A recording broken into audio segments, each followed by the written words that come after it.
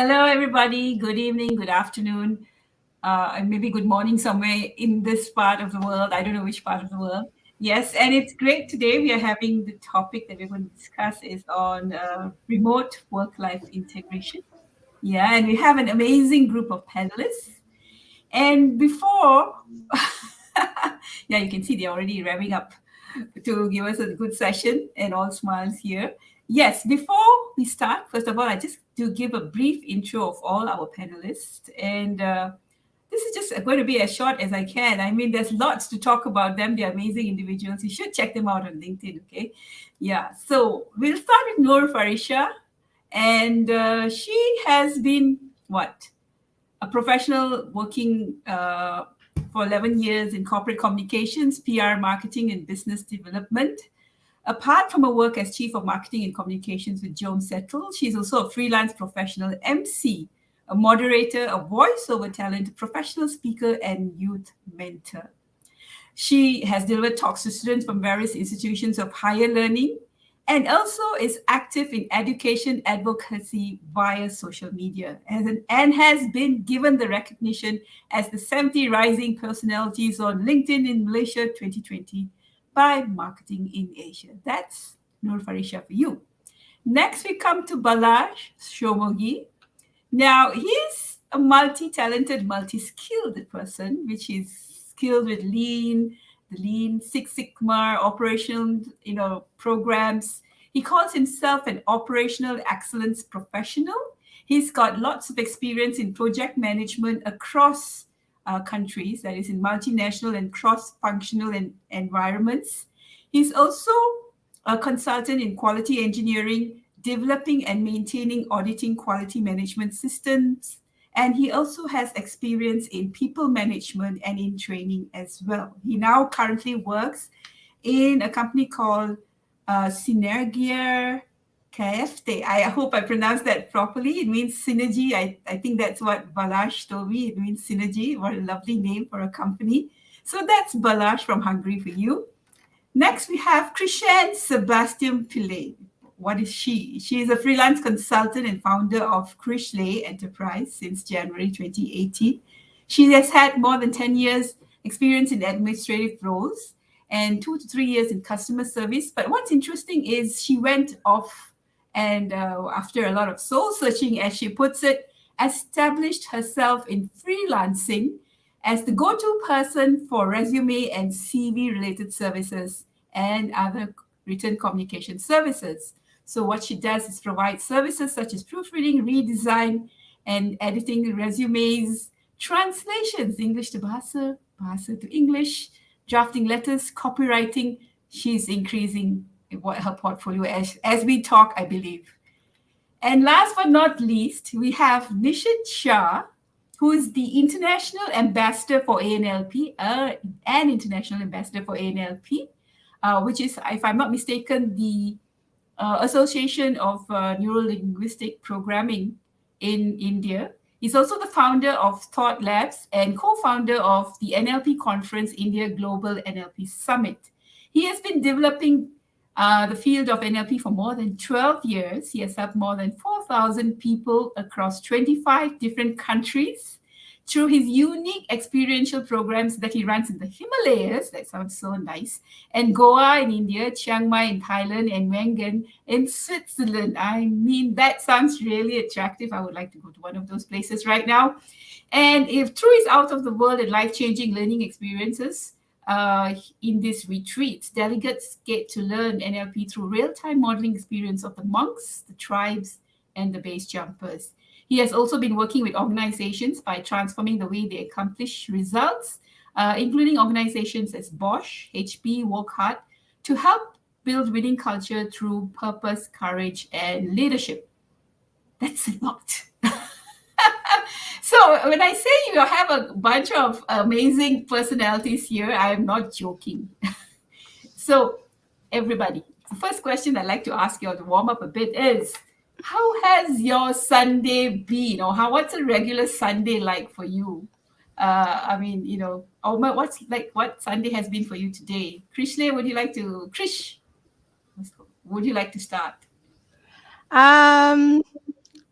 because of this evening's panel discussion, this Sunday has been a very relaxed, chill Sunday because I want to be well rested and energetic.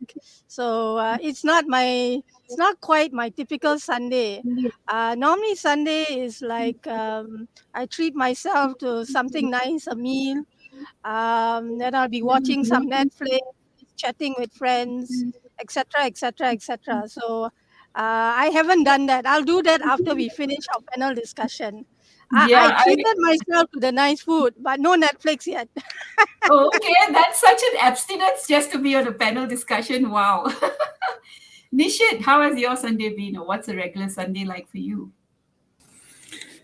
This Sunday has been very different from regular Sunday because I have this panel discussion, and in half an hour I have another panel discussion where we're speaking about self-love for the Global Empowerment Summit. So I'm really excited that I'm spending 3-4 hours on this, having amazing and interesting discussions.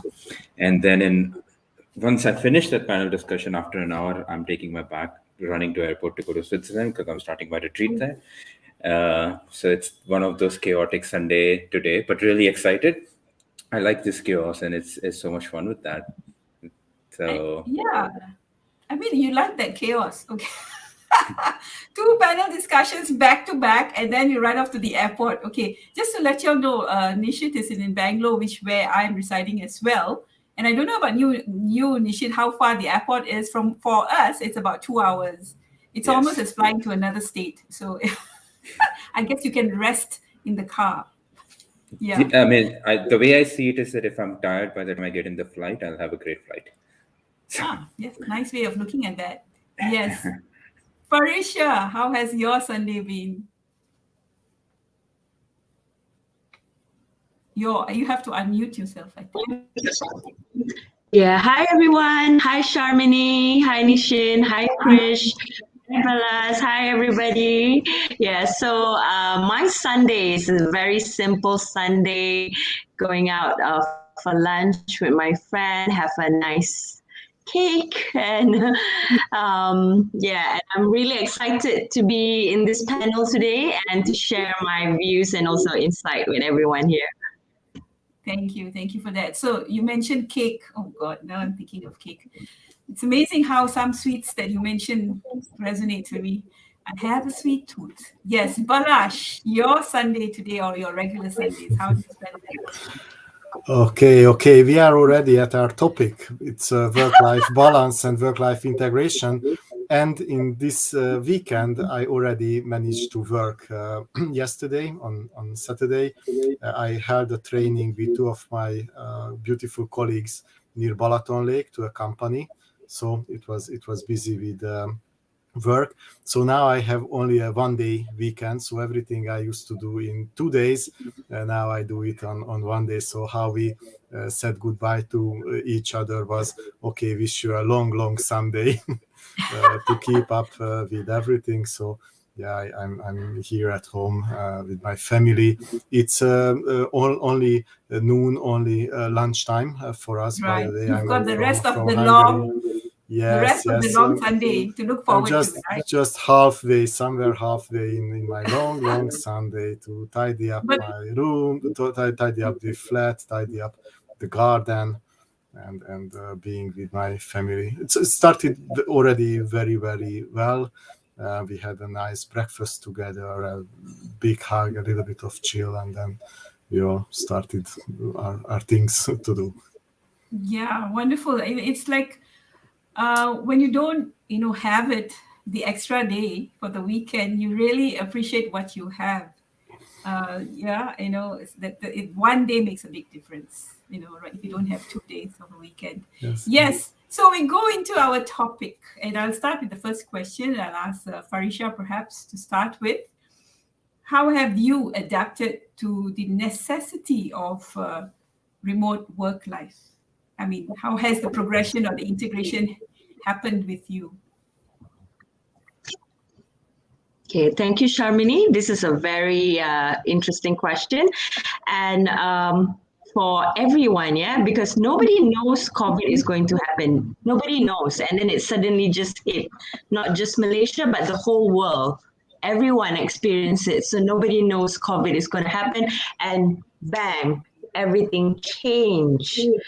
So my boss called me up and say, okay, we have to work from home. So everyone have to adapt to the working from home environment. So we have to shift our mindset to, agility, being agile, and also to learn new skills and to also be adaptable to Zoom meetings, Google Meet. There's also Microsoft Teams and also other digital skill set as well. So for me, I think that during the lockdown period and everyone is working remotely, this is actually a blessing in disguise. Oops. She ended with blessing in disguise. So while we wait for her, oops, yeah, I think she needs to go out again. Yeah. Krish, no, Krish, you've done it, of course. Nishit, would you like to talk about that? How you have adapted to the remote work-life integration? Yeah, sure. It's a great question. Like I said, funny thing is that remote work-life integration for me happened a lot before COVID, because I have been working from home since the time practically I started my organization because my structure is, my team is all over the world. There are people in Thailand, there are people in Switzerland, and we all work from home. So it was always that way. But a lot of shifts for me was specifically not being able to meet people, because I run training programs and workshops, and there was like a whole lot of physical connection and meeting the team once a week, twice a week. So having that physical connection, meeting people, that was such an important part of what we do. And suddenly everything shifted to Zoom and everything moved to Zoom. So that required a bit of adjusting in the thinking. We had to start thinking about work differently. We started building some new structures and some new rituals for us to so we started hosting Zoom parties. So that sort of, because what happened initially was that every time we got on a Zoom call, it was all about work. I mean, we were not used to having a party on a Zoom call before COVID, right? Because it wasn't something people didn't do. We got on the meetings only. We got on the online platforms only for meetings, and then if you want a party, you go to the restaurant and go for a coffee or something like that. But that couldn't happen, and so we started having this online parties and connection sessions, and then we started building these new structures and rituals that support that connection. I still feel that it isn't the same as meeting one-to-one, but having this support system and culture sort of allowed us to at least maintain some level of connection, and that was important. That helped us overall with productivity and our mental health and our mental space shifting to remote work life. Yeah, thank you, Nishit. Yeah, every little thing that we do a little bit, I mean, we get to do online as well, matters in connecting with others. I mean, every little thing like the parties that you have. I would like to know more about the parties, but I'll come back to that later. Balazs, now you like Nishit, it's remote work-life integration is not new. In fact, before the pandemic itself, you were doing, because you addressed multinational environments, correct? So exactly. How has it been for you? Is there much change, or could you talk about how it was even before these times? Yes, it's funny because I participated in international projects since 15-20 years. I'm pretty old. We had these call-in conference calls, and it was no video, or later on we had videos, but it was in a special room with video conferencing, and only the IT guy could set it up somehow. And now we have a phone, and from your phone you can log in, and wherever you are, you can show whatever presentation you want. So in that regard, it was not a big change for me compared to 2020 and before that. It helped a lot that I'm also part of a nice international organization that you are part of as well, Sharmini. It's Toastmasters, and we have a lot of meetings online as well. So it helps a lot. And basically, I think that's the whole thing. You have to maintain your network. You have to broaden your network, and then if you can keep contact with them, the only way is online, at least sometimes. Then if you have such a change, it's not a big change for you. Of course, 2020 was a big hit when everything went online. So it was, as Nishit mentioned, that you had to party online. That's a weird situation, but yes, you can do that. I also did that, and you have to adapt. That's all about life. I mean, you adapt whatever comes. If it's a new word, online word, I avoid the C word as Andrea as then it's that one. If it's something else, you have to adapt. You have to have the skills upfront to be able to adapt to these changes.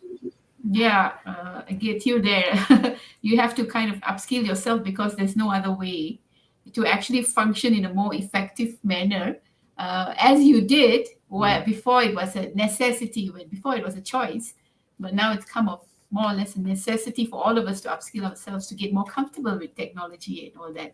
Yes, Farisha, I'm glad to have you back. And would you like to continue from where you stopped? Yes.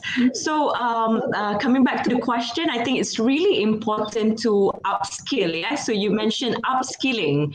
So it's really important for us to upskill ourselves. And COVID-19, there's a lot of blessing in disguise behind it because everybody has to, jump. Everybody has to get out of their comfort zone and learning new skills, adapt, and learn to new technology. So I guess the blessing in disguise is we all survive and we all learn new tools, new skill set. We learn to upgrade our skill set, and we learn to take risks. This is really important because some people are afraid to take risks because they are afraid of failing. But I think the beauty behind taking risks is you don't know where it leads you. And for us, we're scared. We're scared of COVID-19. We're scared of what's going to happen, the uncertainty. We don't know what's going to be, what is it going to be, right? So for us, in order to, be comfortable, we have to be uncomfortable. Yeah, so we have to be uncomfortable first, and we have to get outside of our comfort zone, and that is where the learning happens, and that is where the growth happens. Yeah, thank you, Farisha, for that. Yes, we have to get uncomfortable. The new norm was terribly abnormal in the beginning, and they call it new norm right now. We got used to it. I mean, the first it was all panic. Most of us panicked, right? Now it's like more acceptance and moving forward. Yes, thank you for that, Farisha. Krish, how has this impacted you? Okay. Not basically when I started doing freelance work in January 2018, you can say I sort of started doing things remotely because I started from scratch. I had no guidance, no one to tell me what to do. So I just, as you mentioned in my intro, I did a fair bit of soul searching, and I reviewed to see, okay, what are my strengths? What are the things that I'm naturally good at? And English communication is definitely one of my major strengths. So then I drew up the list of things, some of which you mentioned about the written communication services I provide. And I was in one of the very active Facebook communities at the time. And initially, I started off as a buyer, and then later I transitioned into a seller. So I just went and found a template on Facebook, just wrote the content from scratch and everything. So from January 2018 till the pandemic hit, the lockdown in March 2020, life was good actually. It wasn't, yes, I'm working from home. I don't have much face-to-face interaction with people, but as opposed to working in a company. But I spend a fair bit of my time outside because I'm a people person. So I like to spend time with like minded, positive thinking people. And the nature of the work I do, networking is very important. So I was doing that a lot. And I spend most of my time outside of the house. And then maybe if I have a specific client request and a deadline, to meet, then I will sit down at home and buckle down and work on it. And I did things like listening to music, taking breaks in between, watching Netflix or TV or read the newspaper, chatting with friends, that kind of thing. But in the last 1.5 years, it's been a very challenging situation for me because I miss the face to face personal touch. And this is where I had to learn to use Zoom. Before this, I had not heard about Zoom. I had not heard about Google Meet. I had not heard about Webinar Jam. I hadn't heard of WebEx. Okay, so it was a crash course in learning how to use Zoom. Initially, people could hear me, but I couldn't. I could hear them, but or something. There was a little bit of a technical thing. I could hear them, but they couldn't hear me. So it took me about a month or two to figure out by looking up on Google Zoom help how to configure this thing and sort out the problem. So now I'm very comfortable with Zoom as opposed to Google Meet, which I don't find very suitable. So it is like I have to establish a routine. I have to spend more time online with like-minded people, and I have a group of friends whom I've gotten to very close to, and these are people I only got to know recently. It's not my older friends. Okay, and this is where I learn who are your true friends, who's going to be with you when things are good and when things are not so good. And that's how I keep going. We basically are each other's shoulder to cry on, listening here. We motivate, we cheer on each other, and that's how we keep going, even though things are extremely challenging and there's a lot to do. And as Farisha was saying, and I think Sharmini, you mentioned, I went full steam into upskilling because there are a lot of courses on entrepreneurship, personal branding, etc., etc., etc. So I think I'll stop there. Thank you for that honest sharing, Krish. Yes, upskilling and actually knowing who to get or where to get your support system in these unusual times. And as Nishit, you have talked. I would like to talk about the importance of bonding with colleagues, which is so crucial to work. Yeah, especially if we've worked in companies or we've worked even if fellow freelancers, fellow consultants, with even with our clients. So you have addressed it to some level. So could you say a little bit more about how it's worked, how you've tried to improvise on that, bonding with colleagues or clients? Yeah, I think, like I shared, that it was a lot about building those rituals. It didn't come naturally. It wasn't something that we thought about initially, but something to understand is when all of us are working alone, there's just so much that's going on, right? It's not just about work, but there's so much around the world that's changed. So there is so much different, and that has effect on how people are productive, how people are, like I said, that their wellness. Finding a lot of times we found that I know that I had that experience a lot of time when I faced a challenge and I couldn't really, like before it was easy to walk to someone and speak to them about it, or to tell someone, hey, can we just grab a coffee and then talk about those challenges. And then suddenly it was like being in the house, stuck at home, and dealing with it all by yourself, figuring out how to do it. You want to send that email or ask for the Zoom request, but they're like, we'll do the meeting at like 6 in the evening, or we'll do the meeting tomorrow. So that instant in time structure sort of just got lost.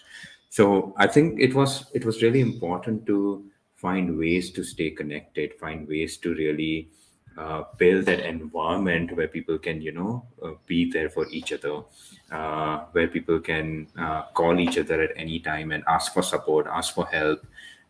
If they feel demotivated, which is one of the biggest things that I've noticed that happens with people, is because you're working alone and things don't go your way, and suddenly this demotivation kicks in, and then people feel down. And uh, so it was really important to sort of build that environment and build that space where everyone knows that, hey, we're all there for each other, and hey, we're all there to support, and we're just one call away. If there's anything that you need, if there's anything that you want to experience, just give us a call and we'll be there. And for us to be able to do that, these rituals were important. Where, like I said, we hosted online parties. We would have this one-on-one bonding sessions, which is basically just like talking to people, not about work, but anything else, like about movies, about TV shows, about Netflix, anything else. But increasing that level of comfort and bonding and trust with each other and creating the safe space and environment was really crucial to get everyone still motivated and still focus on the vision. Because at the end of the day, that's what we want, right? To stay tuned to the vision in the most healthiest way possible. Yeah, that's really good. Thank you for that, Nishit. Stay true to the vision in the most healthiest way possible, and do whatever it takes to maintain that social health, so to speak, or mental health, even mental health in some cases where people could get demotivated and sometimes it'll feel a bit low. Balash, how do you address this colleagues issue? I mean, you have your family support, of course. Always, yeah, I know at the back of you, like, oh, they're there at home. But how do you deal with, in an environment that is not as structured as an office? And how do you deal with your colleagues, or how do you? Mm-hmm. How structured it is, it's depending on you, first of all. So you can structure your time, you can structure your work environment. And as I'm just looking around a little bit around me, I'm sitting in this library type of room. Actually, my wife works at home as well, here at home. My working space is here downstairs. Her is upstairs, so it's pretty much separated. I know that some couples are working next to each other, but we found it's easier for us like that.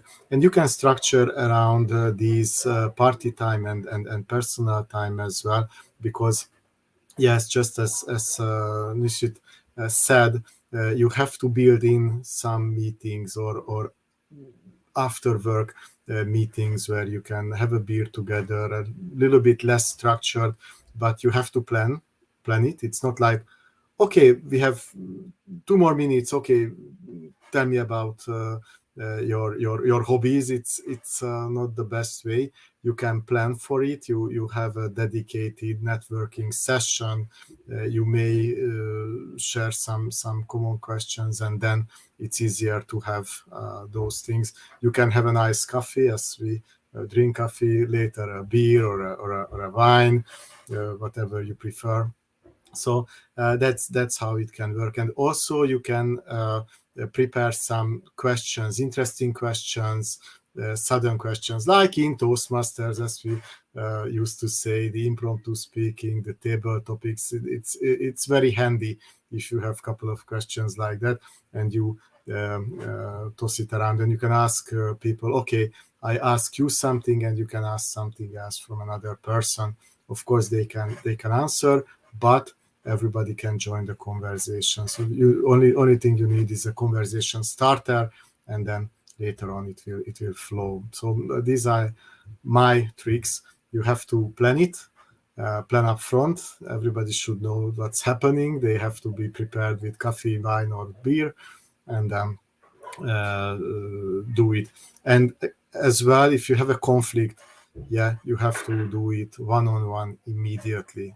That's very important. If you have any sign, with video we have much less ways to find out if something wrong. So if you have any question, any doubt that the other person is not agree whatever you say, or with the agreement you thought was reached before, call him or her, call, and close it one-on-one as soon as possible.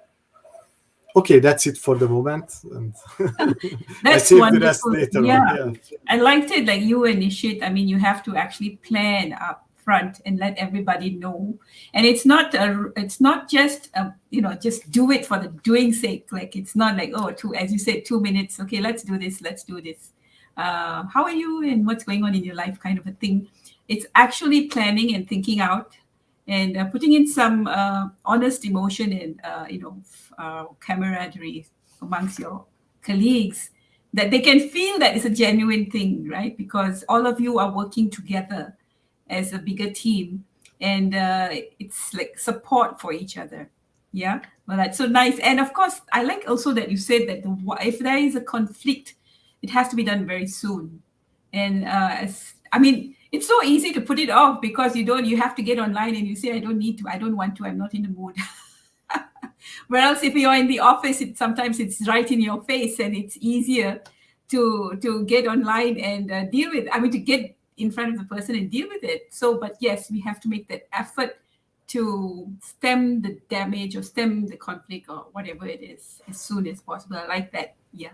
And only just to make sure if it's real conflict or not, because maybe you misunderstand the signs. As you have much less signs, it's easier to be certain about it. I don't say it's always a conflict. No, most of the cases it's not a conflict, it's just a misunderstanding. Yeah. But if you are in one room, you see it already. It's not even a doubt. With video, you may left with a little bit of doubt. Yeah, true. Especially in this online, sometimes you can't see the person well enough or listen or even hear. One word might have slipped to your hearing and that could make a big difference. So could lead to some misunderstanding, and we have to paraphrase it or put it back and say, is that what I understand from what you say? Is that what you're trying to say? Those little things make a big difference, I think. Yeah, thank you for that, Balaj. Krish. Oh, okay. Krish, yes, your thoughts on that? I mean, you're working as a freelancer right now. What about your client? You said that you're a people person, and so how is it going? Like, do you feel you need to go the extra mile to make your clients more comfortable with you? Thank you for that question, Sharmini. Okay, from the beginning, when I was already doing freelance work, most of my communication with the client is online. Some of them choose to send me a WhatsApp message or a private message on Facebook, be it to my personal Facebook account or to my business Facebook account. So there was no face-to-face interaction. So most of it is in written form, whether it's WhatsApp chat or Facebook Messenger. And occasionally some clients ask to talk to me, or some actually do ask me, can I meet up with you? So I tell them, I'm so sorry, because of the pandemic, I'm not really going out much. So let's just chat about it. Please do tell me what are your concerns or what are your questions, and I'll try my best to address it. And some of my clients actually have difficulty telling me what they want and expressing it in words, as in written form. So some of them say, okay, can I call you? I said, okay, if that's the most comfortable way for you to communicate with me, sure. And then we set up a convenient time to do that. So making my clients comfortable, I do that from the very beginning, because I start breaking the ice with them. Most of them actually are total strangers to me. A couple of them are maybe friends or like acquaintances or something, or we may be in the same like online network, or it could be whether it's a Facebook network or meetup.com, or it could be a referral from a current client to someone I know. So all of the communication is done via chat. And then I also ask them to send me the necessary information and materials to review via email. Because I'm detail oriented and meticulous, the more information I have, the better I can get an idea and understanding of what the client wants and whether it is something that I can do. Because for me, it's very, very clear and specific communication is very important to minimize the misunderstanding and the miscommunication, and to sort of set the tone in terms of the expectations, both on my side and on the client's side. So it's a question of, as you were saying, Sharmini, we clarify. Okay, we clarify certain things because talking, there's a total different dynamic between talking over the phone and chatting. The nuances and the perception is very different. Sometimes someone may not understand something when it's in written form, but when you're talking you can clarify, because it's a very interactive, very dynamic interaction. So it's a question of balancing being polite, being firm, and also understanding what the client wants. And at times I have to tell the client, I'm so sorry, but if you want it done in this very short period of time, I cannot, I can't take on your request, because based on my current workload, there's only so much time I have. So that is basically a little bit of the challenge I have, making sure that the client and I are on the same page in terms of the expectations, the time frame, as well as in terms of the monetary costs involved to engage my services. Thank you, Krishan. And yes, so it's about a clarification as well to avoid misunderstandings. And I think it was there even before. I mean, it's there even in non-remote work, but it seems that we need to make an effort, doubly make an effort where remote work is concerned, because we kind of miss out on the nuances of normal chat, normal talking, normal speaking, and all this body language and all that, which is not so clear as if we were in a real actual live situation. So thank you for sharing that, Krish. Farisha, you are in so many businesses. I mean, you are a voiceover, you do professional emceeing, and besides your main job of marketing. So how do you deal with that? How do you deal with your colleagues, and what have you had to do to sort of adjust or tweak the way you bond with your colleagues and clients? Okay, so I think with Zoom, yeah, it's different from face-to-face interaction, right? Because we prefer the human interaction face-to-face. But because of the pandemic, we have to get used to the new normal, and we have to adapt to Zoom, to using online. And for my office, we communicate a lot using Zoom and also Google Meet, and we make time to at least chat with everyone on board, like with the team, like every day, at least for 1 hour, and to also check on each other and see what's on their plate. So every Monday, we have an operations meeting at 10 a.m. So 10 a.m. operations meeting, and this is on Zoom. So we check on each other's workload, and we also update on what's on our plate, what do we have, what are the tasks that we need to do to get things done within the week, when is the deadline. So we always update each other. So even though it's the pandemic, but we still have to get things done online. And training is done online as well. So like marketing campaigns, design, and all the things like the caption, the copywriting, everything is all done remotely. Yeah, so the best part is, even though that we can't meet each other face to face, but we can still see each other online, yeah, on Zoom. So we make it a point where to meet and interact with each other every day on Zoom. So we check on each other, and it's really important, especially mental health, for us to take care of our mental health, because for human, we need the human connection. Yeah, so it's really important for us to have that human connection, to be in touch with each other, and especially with teamwork, working, with your colleagues and updating your management team, with the board of directors, updating the chairman of the company, the board of directors, and for them to know that the staff members, the management team, and also the executive have done this task, and they know that the company is operating as usual, even though that it's the pandemic, but we are still running the business online. Yeah. And to me, in my opinion, I think nothing beats face-to-face interaction. Of course, face-to-face interaction is number one. We need that face-to-face interaction, but because we need to adapt to the pandemic, we have to have the adaptability to adapt to the current surrounding on happen, and we have to adapt to the remote work.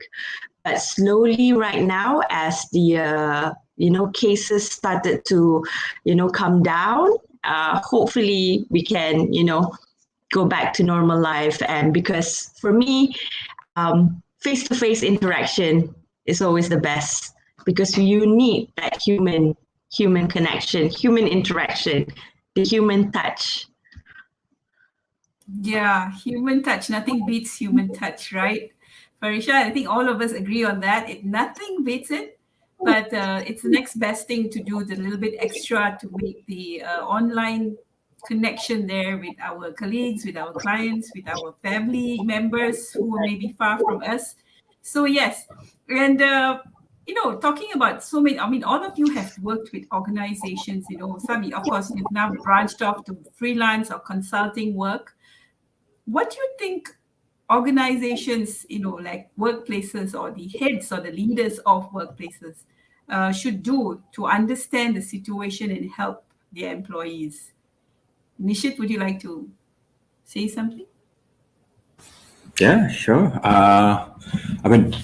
A lot of the things kind of resonate with the things that I already mentioned earlier in terms of building these systems and structures, and going back to what Balas also said, that having that schedule in place for making sure that there is work-life balance. I think that's one of the most crucial thing.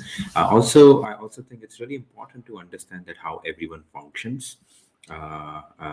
If you are the leader and if you are the manager, to really understand, because a lot of people function differently, because there are so many changes when we work at home versus when we work from home versus when we work in an office.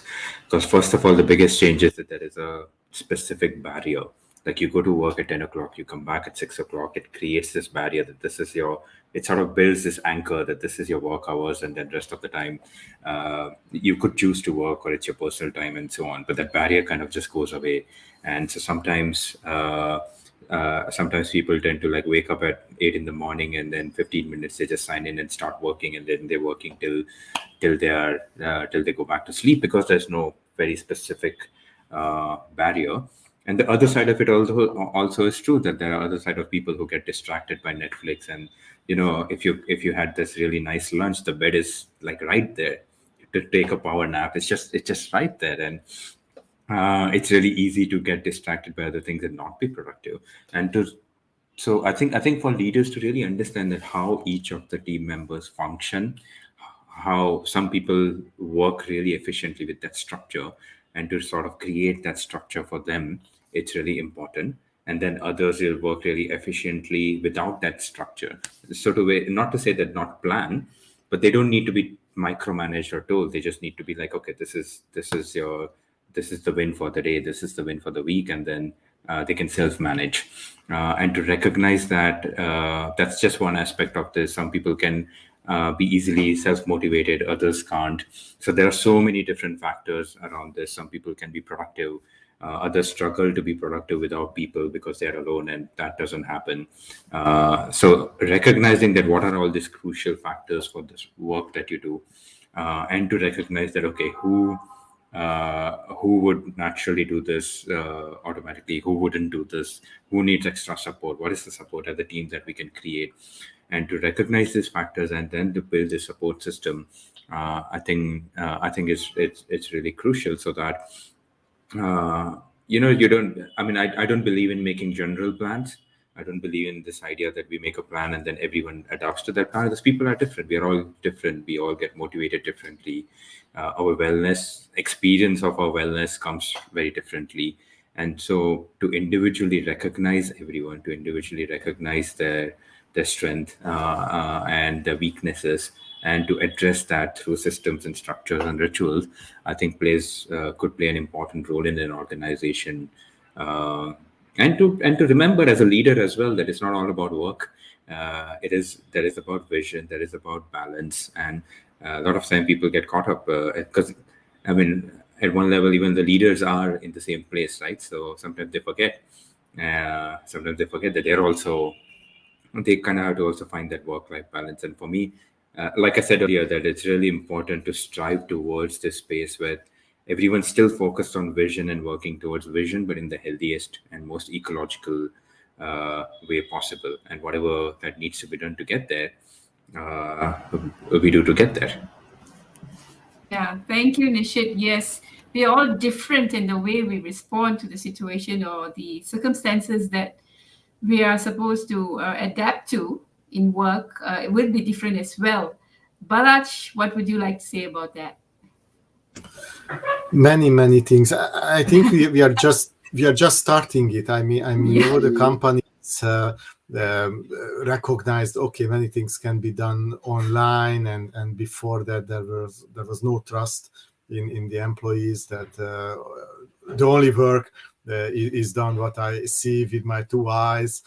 Mainly it's a kind of managerial habit or thought. Maybe the company as a company culture was embedded like that. Now they needed to change, but this is just the beginning that okay, remote work is possible, and after the pandemic they let people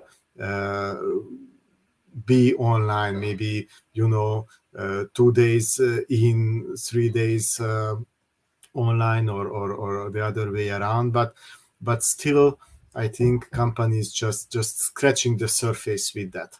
I like the word global, for example. The fact that you are global doesn't mean you don't have to be local, and you need these human connections, and how companies can help you to build your local connections in order to be global with your colleagues, because in the past you had both. You had your connection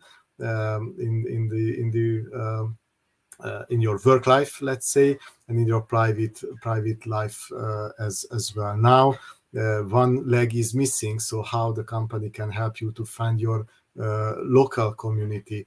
I think it's not yet in the company agendas yet, but it should be. For example, okay, of course you can work from home, but not everybody likes to work from home. Not all the homes are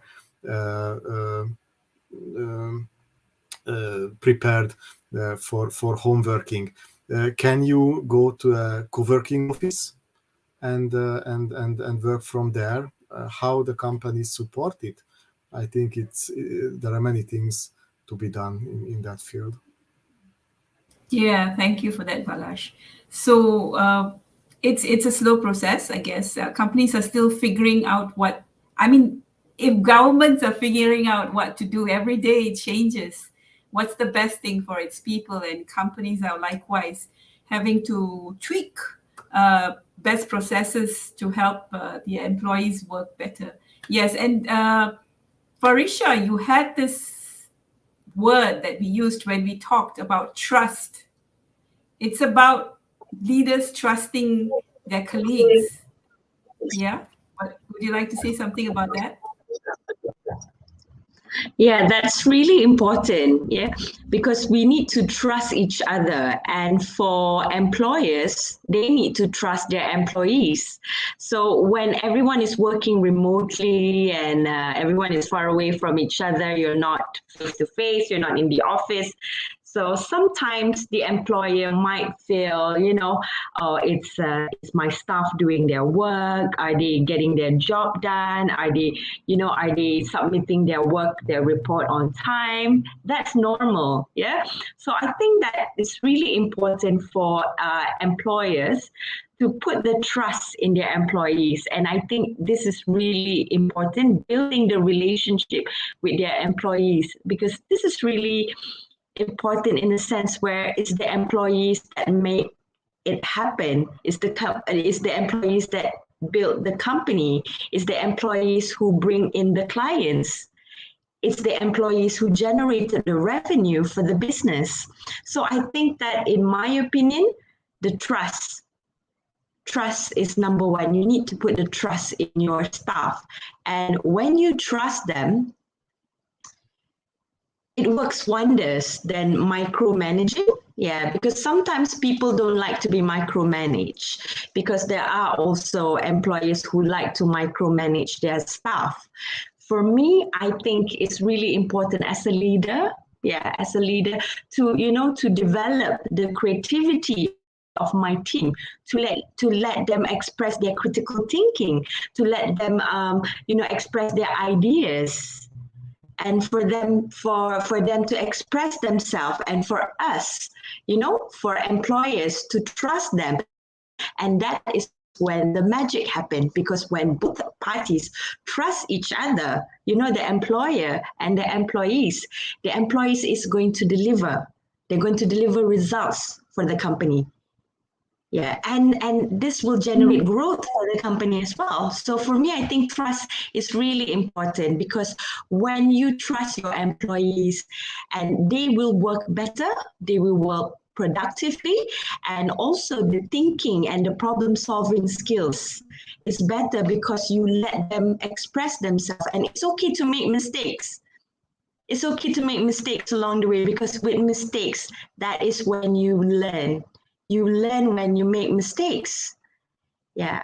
So it's different from an employer who micromanages their staff. So if you put 100% trust on your team, on your staff, and they're working remotely, you put 100% trust in them, you build rapport, you build a close relationship with them, and you can even have a laugh and a giggle, and you can laugh with your teammate.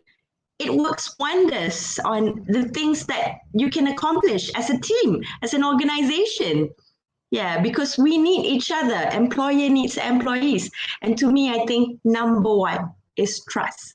So when you trust, you put 100% trust in your employees is going to deliver wonders for you. And your employees is going to bring in the clients, the revenue, the business. And when you take good care of your employees, you reward them, you appreciate them, and you even, it's just the little things, you reward them, you make them feel special and happy. And that is when the productivity happens. And this is when, the employees feel really comfortable working in that company, and they want to work better, and they want to deliver the best for the organization. Thank you, Farisha. Yes, it's all about trust. I think in every relationship, as for employer-employee, and also for freelancers like Krish, client, and you and your client as well. It's a matter of trust once you've bonded and once you've built that relationship with your client, right? Before I go to that, I'd like to acknowledge our viewers who have been commenting. There is hi Elijah, hi Anjali, Alina, and Jag. Good of you to comment here. And if you have any questions, feel free to ask of any of our panelists today. And if we aren't able to answer all of it, we will still get back to you even after, if you view this session. Yes, so going back to the matter of trust, Krish, what do you think? Has it actually affected, or impacted your client relationship with you? Trust is a big thing, because as I was mentioning earlier, all the communication is done, what shall I say, over by chatting via WhatsApp or Facebook, and sending me the information and materials for me to review and evaluate the request by email. And then occasionally I do speak to the client, because that's the best way for us to communicate. So yes, trust is important, and there are some clients who basically know what they want and they can communicate it effectively. So then it makes it easy for both me and for them to get an understanding of each other's expectations, the timeline, uh, how much time I need to work on it. And also it is beneficial when the client gives me all the necessary information, because I've had some unexpected surprises from clients where later only, initially they say they're all very chill, everything is fine, and then later I find out, oh, okay, I actually need this on such a date, and I'm like, huh?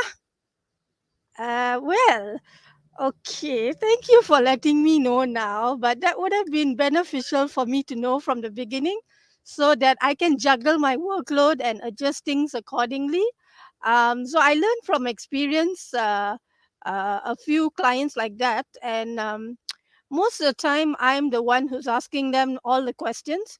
Very rarely do I have clients who basically give me all the necessary information, the materials and all that, so that I can evaluate their requests and see whether it is something I can do.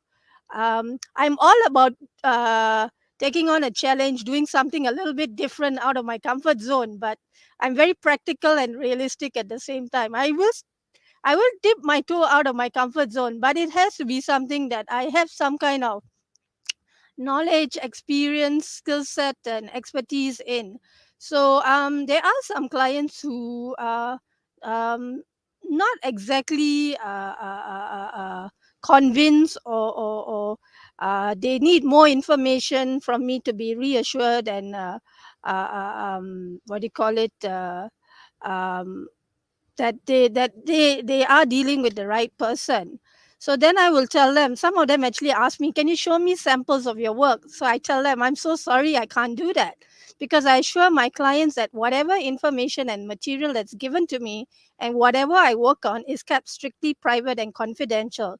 So then I tell them, well, you could go to my business Facebook page, check out the reviews, check out the star rating, and you know that usually gives them a sense of reassurance.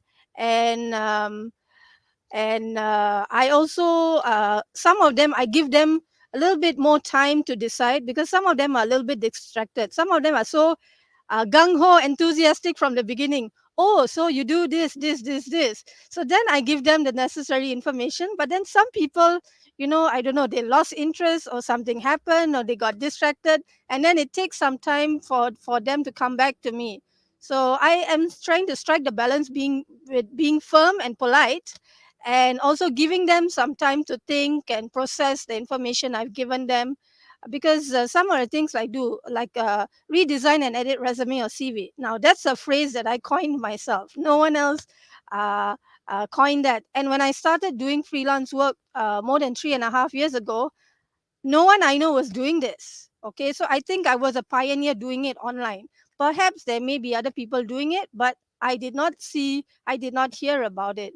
So one of the challenges I have is to educate my client. This is what I do. I give them the definition in terms of the service. Then I tell them, send me the necessary information and materials. Tell me, is this a regular request or is this an urgent request? Because if it's an urgent request, then it has to take priority over my current workload. So I differentiate it that way: urgent, regular requests. And then I also ask them, especially when it comes to resume, are you actively looking for a job? Or are you currently working?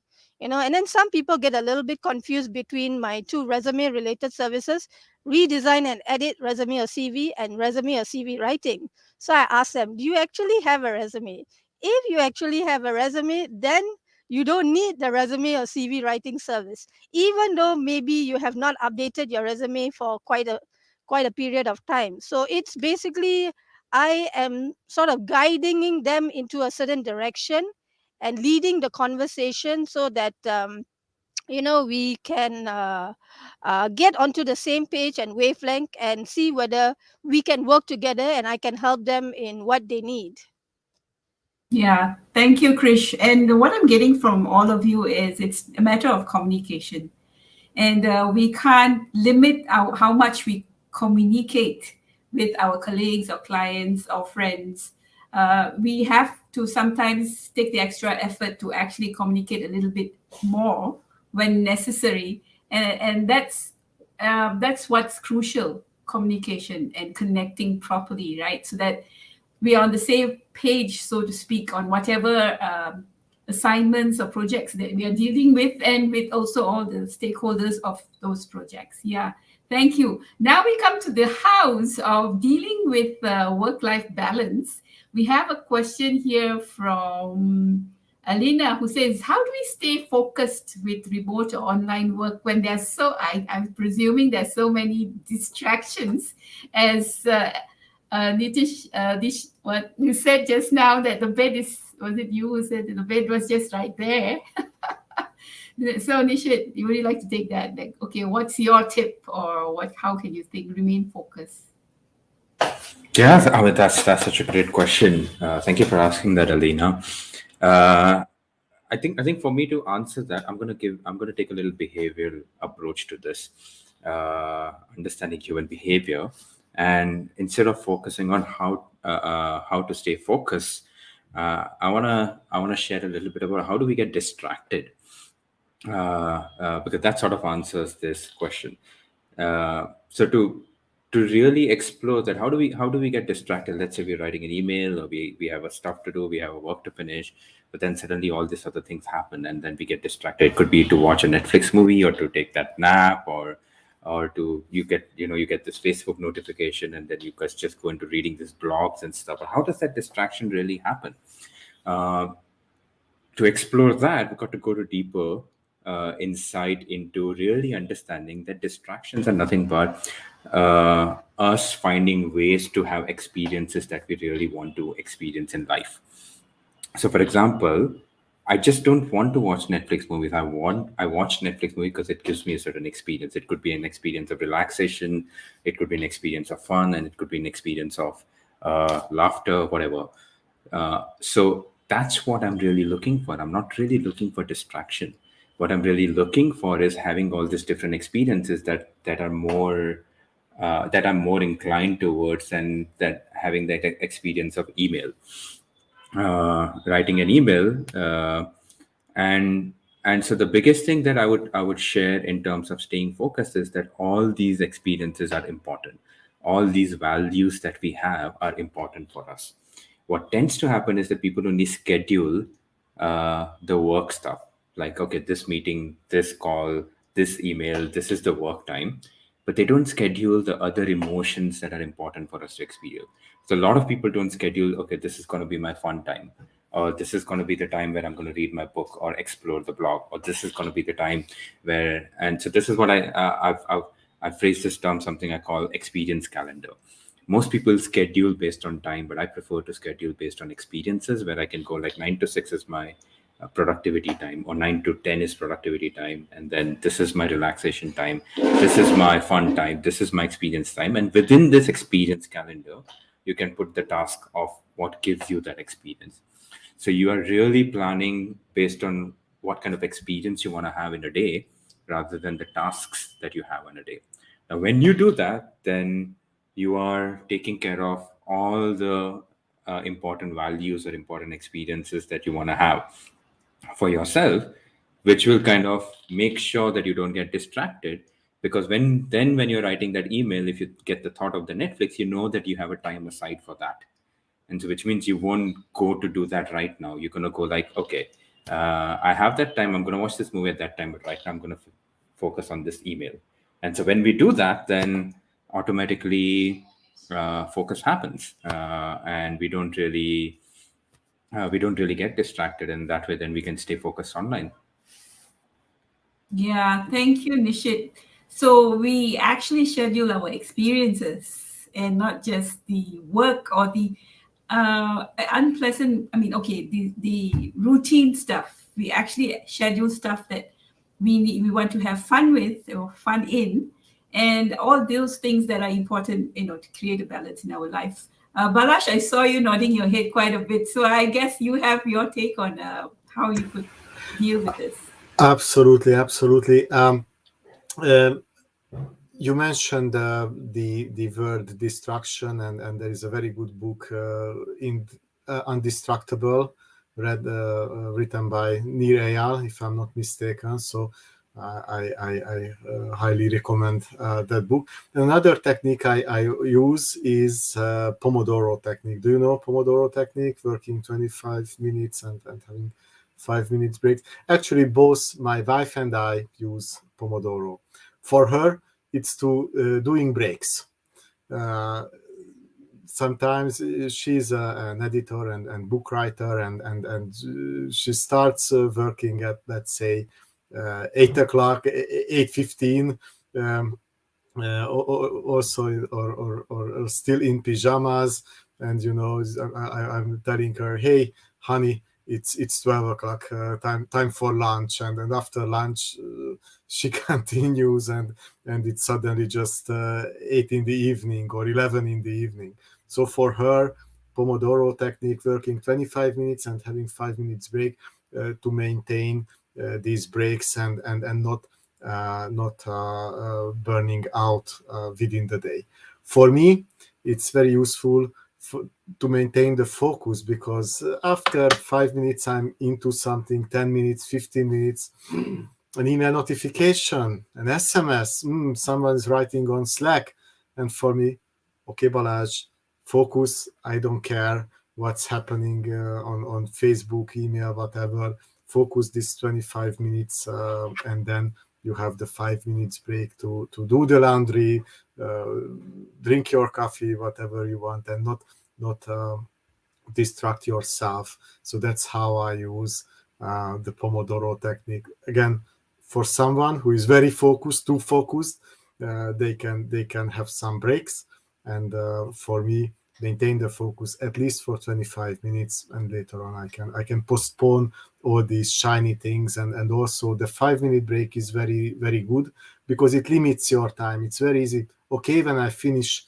this training material, I do this and that, and then it can be a rabbit hole, and you plan only 10 minutes, and suddenly you find out that you are doing that not working related stuff for an hour.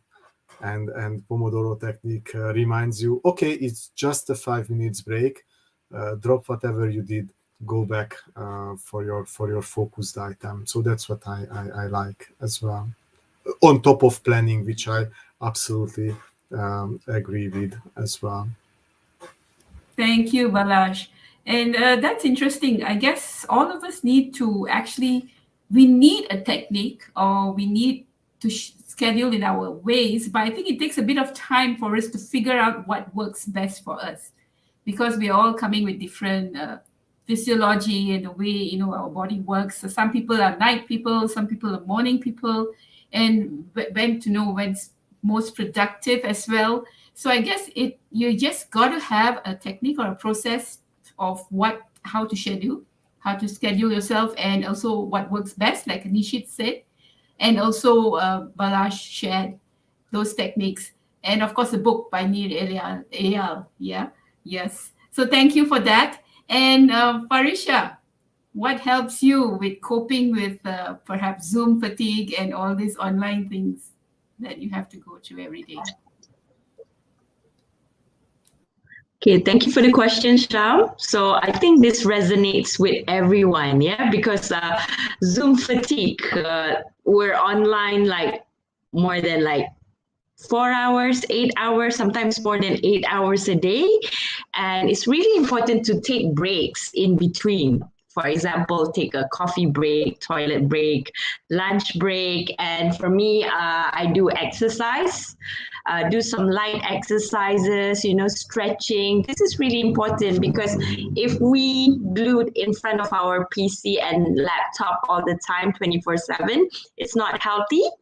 Yeah, it's not healthy because it's creating this Zoom fatigue. And if you are sticking in front of your laptop and PC 24/7. So it's really not healthy. It's not good. So you need to take breaks, small breaks in between. So for me, I go to the kitchen, make myself a cup of tea, coffee, Milo, or drinks or anything. Or sometimes if I feel like I'm having neck pain, I stand up or I go outside. I stretch. Yeah, I do a bit of stretching, a bit of exercise. So exercise is really important. So I think that apart from attending Zoom meetings and work, we have to exercise. Yeah, we have to prioritize ourselves to exercising.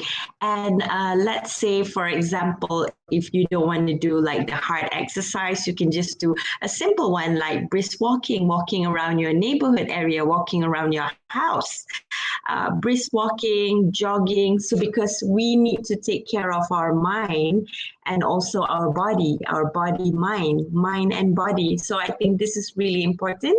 So we need to take breaks in between. If we have Zoom fatigue, we need to exercise, because when we exercise, it releases endorphins, and endorphins makes us happy and productive. Thank you, Parisha. Yes, we need to move our bodies. Yes, even now, getting a bit stiff here. Yeah, I know. Balash has just reminded us that we're all getting stiff after 1 hour of this session. Yeah. And yeah, Krish and I had a conversation yesterday, was it? And we are still in the planning stage of what we're going to do about exercising, both of us. We haven't figured it out yet. Yes, and Nishit, you're a mountaineer. So what would you say about, de-stressing by moving your body or whatever? Yeah, I mean, at one level, our mind and body are connected, right? And so one of the things that we have is that our state, a lot of the time, is directly related to our body. And just by moving our body, we can, I mean, most people experience this. Right? A lot of times people sort of experience that they're not in unresourceful state, and they go like, okay, I'm just going to go for a walk. And so they go and then just move around, and suddenly the state shifts, and they can be more focused, and they can be more, more present. And so absolutely moving your body allows you and helps you so much to get to a resourceful state, to the state that's most important for you. And that's true. I mean, yeah, as a mountaineer, a big part of that is to really understand how my body works and really understand how everything kind of functions, which, to be honest, hasn't been really great in the last few months, but it'll get better. But it definitely it is directly related to our state, and it's one of the most efficient way to shift state. If you get caught up in unresourceful state, the easiest thing to do is to just move your body, do stretches, walk around, and the state shift happens much faster than trying to use your willpower or your thoughts and so on. Thank you, Nishit. And Balash, you are a runner and you run a lot. So yeah, can you tell us about how it makes you feel and how it's helped actually in other aspects of your life?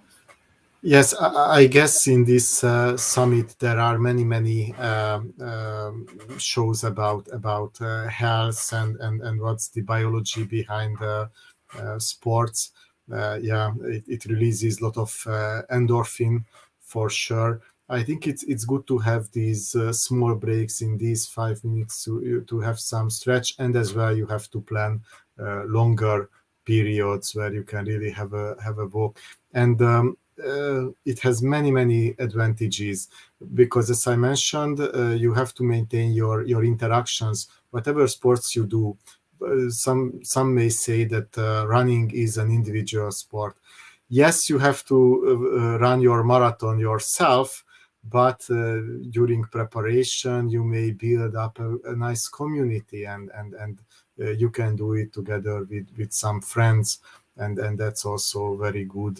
Whatever individual sports they do. I don't talk about football, volleyball, basketball, whatever, the team sports, because it's by definition a team sport, and you will meet people. But even running, cycling, swimming, you can do it with a small community, and it helps a lot to show up.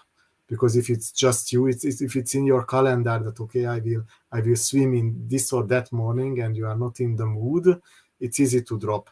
But if it's a planned training you discussed with someone, the chances that you don't show up is slightly smaller. So yeah, you can plan it, and you should plan it, and it has lot of advantages.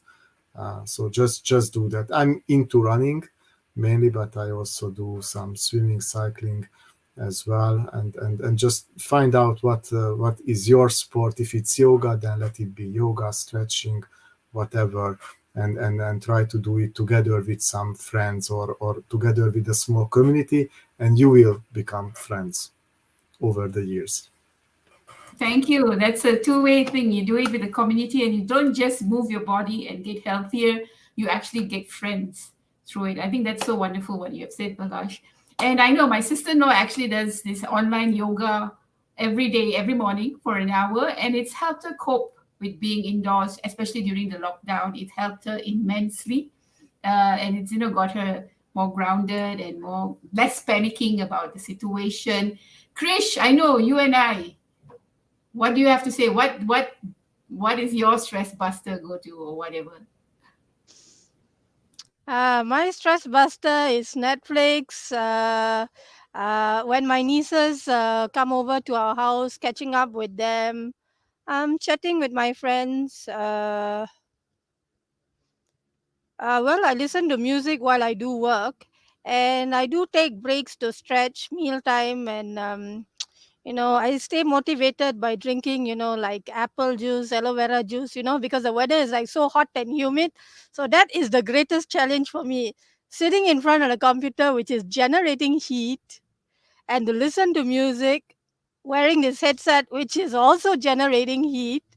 Yeah, I've got a high powered ventilation fan there. But it's a challenge. So basically, yes, I know Nishit and Balash were talking about setting a routine, and I think Farisha, you set a very specific routine. But I don't have a very rigid routine. I take the break when I need the break. And sometimes when I'm like watching Netflix, or I get a variety of requests. Sometimes I'm asked to do proofreading, sometimes I'm asked to do improve a client's CV. So in the background, whatever I'm doing, my mind is already working overtime. In fact, when I'm sleeping also, my mind is working out things. So I take the break when I need to stretch, to have lunch, to have dinner. And sometimes I sit and do the work straight away. Sometimes I will go and chill. I'll just watch Netflix, relax my mind, just be in the chill mode, and then I jump into the work. So sometimes, because of the heat, most of the time I do my work in the evenings and late at night. Okay, I'm not really an early morning person to begin with. So I'm most productive in the second half of the day when it's cooler and I can focus. And those are some of my main stress busters. Yes, Sharmini, the exercise thing is lacking. I have to find some ways of beefing that up besides just the stretching and all that. Yeah, we have a So lot yeah. of we have a lot of role models on this panel. There is Nishit, Balash, and Farisha to what shall I say, motivate both of us, Krish. We got to do it. We got to move our bodies. Yeah. So we're coming towards the end of this session. Thank you to all viewers who have joined in and commented. Jag, Alina, yes, Elijah, Anjali. And I hope I didn't miss out anyone else. Was Sin here as well? I'm not too sure.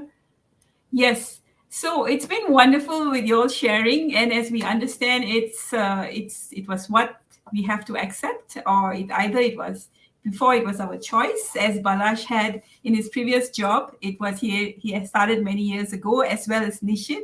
You started even before the latest, tough situations that you were already doing remote work integration. You were already into it. So it hasn't been, there have been changes, of course, even for you, even for both of you. And for Risha, yes, you're in an organization, and trust is a must. Yeah, in all relationships. And Krish, freelancing, got to get the communication right, same as what Balash and Nishit said as well. You got to communicate enough so that no one's really left out. Everyone's on the same page, and it makes life much easier. Any last words, Balash? Not really. Enjoy the summit. Join to many places. Pick whatever interests you. I think it's a good way of connecting people and strengthen these muscles to being global and sharing global, asking questions, build network, and you can translate a lot or transfer a lot to your everyday life and work for the upcoming year as well. So Yes, that's yes, my I last agree word. with Balash. There's lots of good stuff on the summit. Nishit? Yeah, just second that. I enjoyed really the conversation with all of you and all the questions that we got from all the viewers. It's been an exceptional discussion. I mean, so many amazing gems that came out of it in terms of moving our body, in terms of insights, in terms of scheduling, calendar. There's so much for me to learn and experience and take away. So many different perspectives. So it's definitely great. And like Palas said. This summit is exceptional. It's a mammoth. There's so much that goes on every single day. So just enjoy, be part of the experience, immerse yourself, and I'm sure that on the other side of it, you'll come out a different person. Thank you, Nishit. Parisha?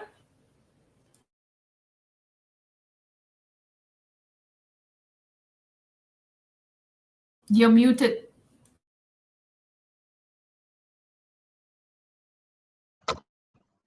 Hi everyone. So I wish to thank the organizer, Andrea, Sharm, and everyone for giving me the opportunity to speak. And it's been amazing. It's an amazing summit. And I think that this is a really good time for everyone to join and take part, participate in the summit, learn and grow together. And we get to network with everyone from all over the world.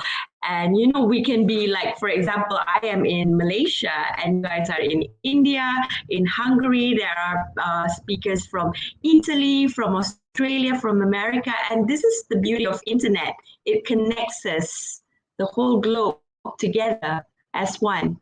Yeah. So learn as much as you can.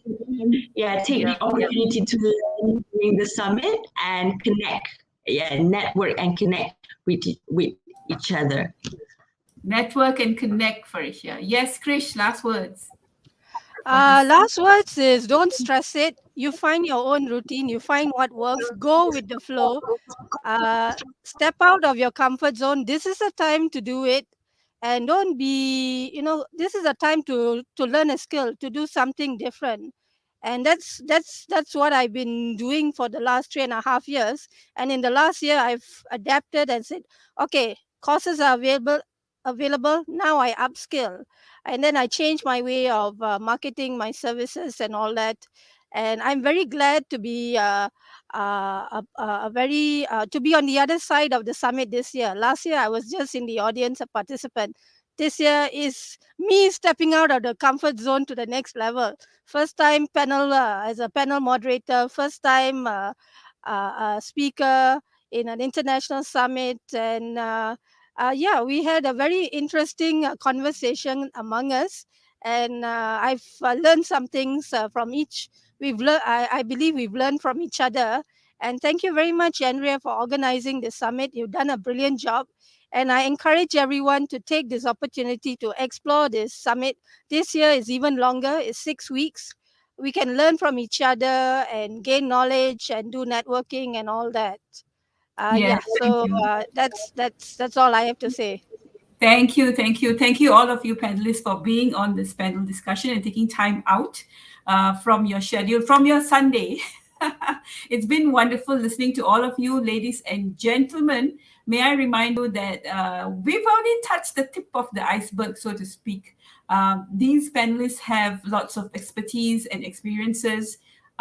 Please go on and connect with them on LinkedIn or whichever platform that you're comfortable with.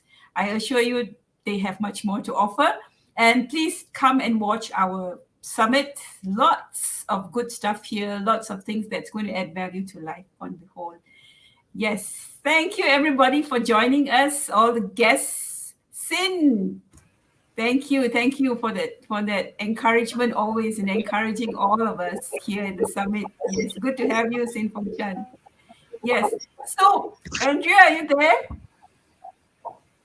You got to get Andrea. Hi guys, thank you very much.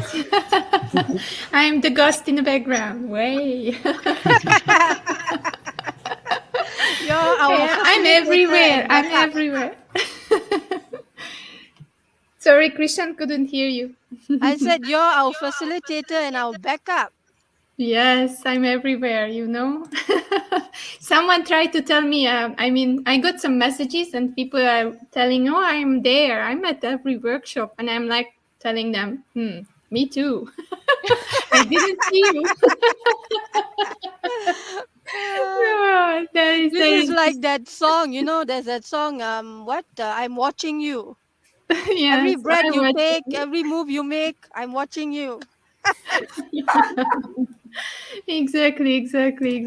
Thank you, Simfong, for being here. Thank you for everyone for being so active. I really loved a lot of likes and all the participation from the audience. And you guys were amazing. Christian, thank you very much. I know I pushed you into the deep water, but you were amazing with all your firsts. I'm really congratulating for this, and do more, because you are just born for this. So I think you should do more. Thank you very much, Andrea. With this wonderful team in the summit and in WEEP, it gives me the encouragement and the comfort level to step out even more, because I know I've got supportive people surrounding me. That's and for sure. Thank you, Balázs, also for coming from Hungary, from my home place. Do we say something in Hungarian? Igen is yes. If you are in Hungary and you want to say thank you, it's köszönöm. So please repeat köszönöm. Köszönöm. Köszönöm. Yes. You have to form a little ball with your mouth. Köszönöm. I'm going to visit your Toastmaster club someday, Balázs. Yes. Yeah, we'll keep in touch for sure. So thank you all. Köszönöm szépen. Bye. So let's say goodbye. We are rushing to the next session. If Dityankin is coming, I will have an interview. Bye, Krish. Bye, everyone. Bye. It's been a Thank pleasure. you, guys. Have a nice rest of Take care, your day. everybody. Thank you for the audience. Bye.